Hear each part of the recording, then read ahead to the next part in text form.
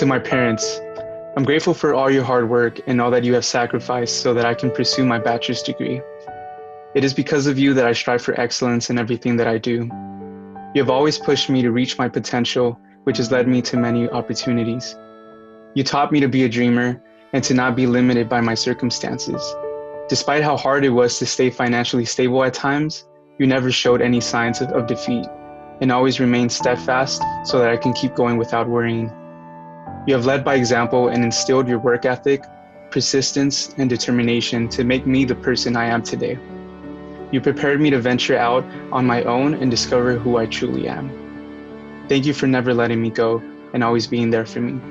I'm proud to be the first person in our family to graduate from college, but I owe this success and every success I achieve to you. Remember, we move forward as a family. Los quiero mucho y sigamos adelante.